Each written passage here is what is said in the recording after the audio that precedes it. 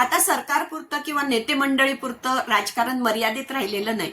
राजकारण हे सर्व क्षेत्रामध्ये आहे. आपल्या नातेवाईकांमध्ये राजकारण आहे, आपल्या घरामध्ये राजकारण आहे, आपल्या ऑफिसमध्ये राजकारण आहे, शैक्षणिक संस्थांमध्ये मोठं मोठं राजकारण आहे. तर सगळ्या समाजामध्ये ही सर्वदूर व्यापलेली गोष्ट आहे, ती म्हणजे राजकारण. अशा राजकीय वातावरणामध्ये आपल्याला मानसिकदृष्ट्या सक्षम व्हायचं असेल, मानसिकदृष्ट्या शांततेत कामं करायची असतील आणि प्रामाणिकपणे कामं करायची असतील तर आपल्याला बुद्धीने वागलं पाहिजे, संयमाने वागलं पाहिजे, गटबाजी नाही केली पाहिजे, कुणाशीही प्रतिक्रिया लवकर दिली नाही पाहिजे. अशा बऱ्याचशा गोष्टी आहेत ज्या ह्युमन बिहेवियरल सायन्समध्ये येतात.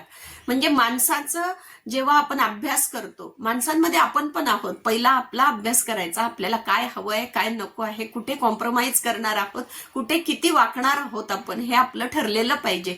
कारण काय की काहींचा पाठीचा कणाच नसतो, इलेस्टिक टाकलेलं असतं तिथे, ते सतत फ्लेक्झिबल असतात, म्हणजे कुठेही जाते पटकन वागतात.